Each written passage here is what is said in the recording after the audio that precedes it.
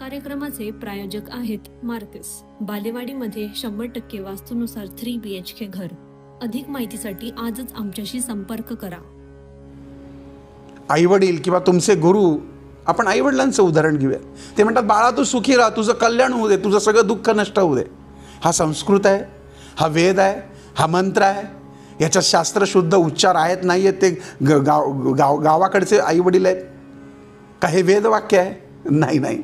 पण तरीही हा सर्वात प्रभावी मंत्र आहे, कारण तो मनापासून आत्म्यापासून प्रेमाने आलेला असतो आणि जो या शब्द मनतंत्रातूनच आशीर्वादाचं काम करतो. आणि म्हणूनच तो हजारो वेदोक्त शास्त्रोक्त मंत्रांपेक्षाही जास्त प्रभावी ठरतो.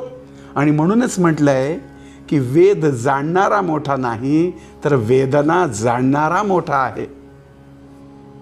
तर अशा ह्या आजच्या धकाधकीच्या जीवनामध्ये खरं तर कोणाकडे वेळच नाही. शास्त्रशुद्ध विधी करायला साधनं नाहीत, याज्ञिक भटजी मंडळी उपलब्ध होत नाही. आणि खरं सांगायचं तर त्या मंत्रांना, त्या श्लोकांना, त्या पूजेला शुद्धता पाळणं सुद्धा शक्य होत नाही. आणि हे सगळं शक्य होत नाही म्हणून हळूहळू आपल्या हिंदू धर्मातली मंडळी या सगळ्या गोष्टी करतच नाहीत. किंबहुना भीती घातल्यामुळं किंवा आपलं चुकलं तर असं होईल तसं होईल या भीतीमुळं कोणताही मंत्र, पूजा, रोजची पूजा करणं देखील बंद केलं आहे बऱ्याच लोकांनी. काळ बदलला तशी साधनं बदलली, ऑनलाईन पूजा आल्या, AI आधारित मंत्र, डिजिटल ध्यान, म्युझिक थेरपी याचा वापर करण्याचं मी शेवटी ठरवलं.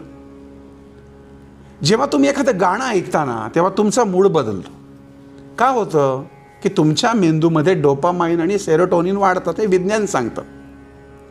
एखादं ठसकेबाज गाणं लागलं की तुमचे हातपाय हालायला लागतात, तुमची मान डोलायला लागते. क्लासिकल संगीत ऐकताना तुम्ही मंत्रमुग्ध होता, कारण हे सगळं तुमच्या भावनांवर, शरीरांवर आणि मनावर परिणाम करतं.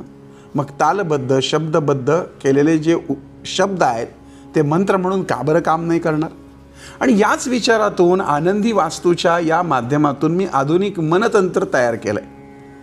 आणि ते तुम्हाला कळावं म्हणून आपण त्याला मंत्र असं म्हटलं, किंवा ते श्लोक आहेत एक प्रकारचं, की जे समजायला सोपे, अनुभवायला सुंदर आणि मनाला जोडणार आहे.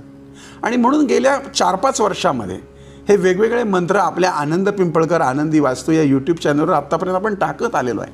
आणि लाखो लोकांनी हे मंत्र पाहिलेत. हे मंत्र कदाचित वेदात नाही आहेत, पण त्यामागची भावना शुद्ध आहे, जनकल्याण. कारण एक नियम लक्षात ठेवा, स्वतःसाठी मागाल तर माती आणि दुसऱ्यासाठी मागाल ते सोनं आहे. श्रीकृष्णाला सुदामाचे पोहे चालतं, श्रीरामाला शबरीची उष्टी बोरं चालतात. मग तुमच्या दुसऱ्याच्या भल्यासाठीचा अगदी साधा सोपा मनापासून उच्चारलेला शब्द तो मंत्र का बरं होऊ शकत नाही?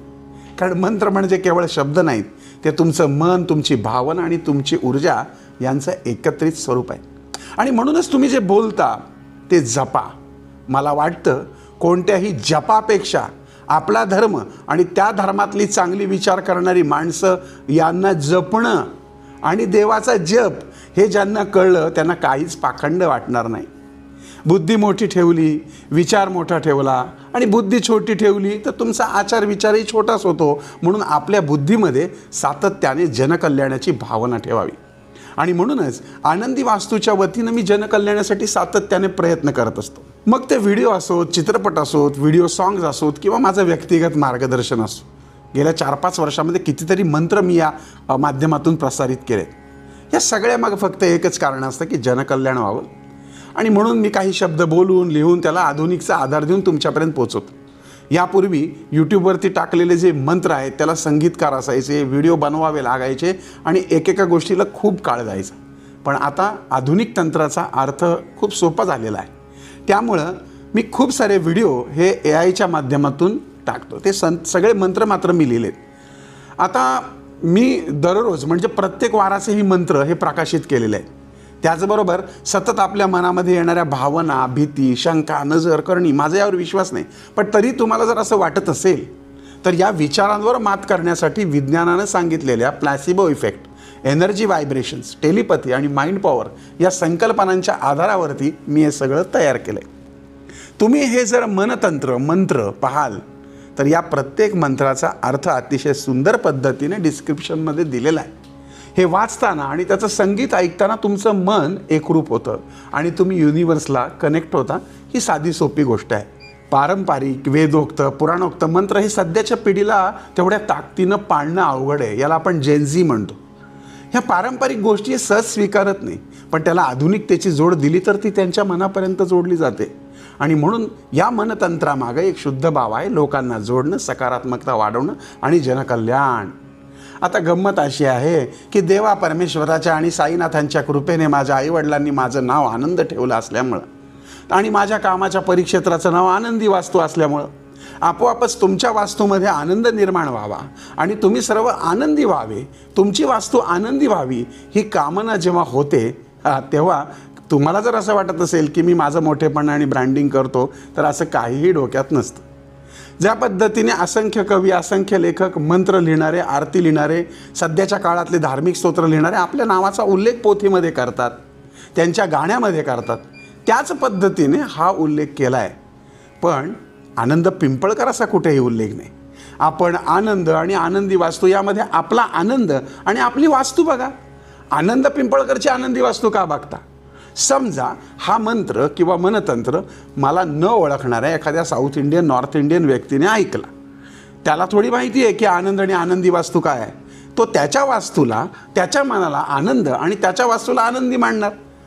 तर अशा या मंत्रांविषयी अधिक सविस्तर माहिती पुढच्या काही भागांमध्ये आपण नक्की पाहणार आहोत. हे रोज मी आता वेगवेगळे मंत्र टाकतोय, कारण गेले कित्येक वर्ष मी माझ्याकडे येणाऱ्या प्रत्येकाला हे मंत्र दिलेत.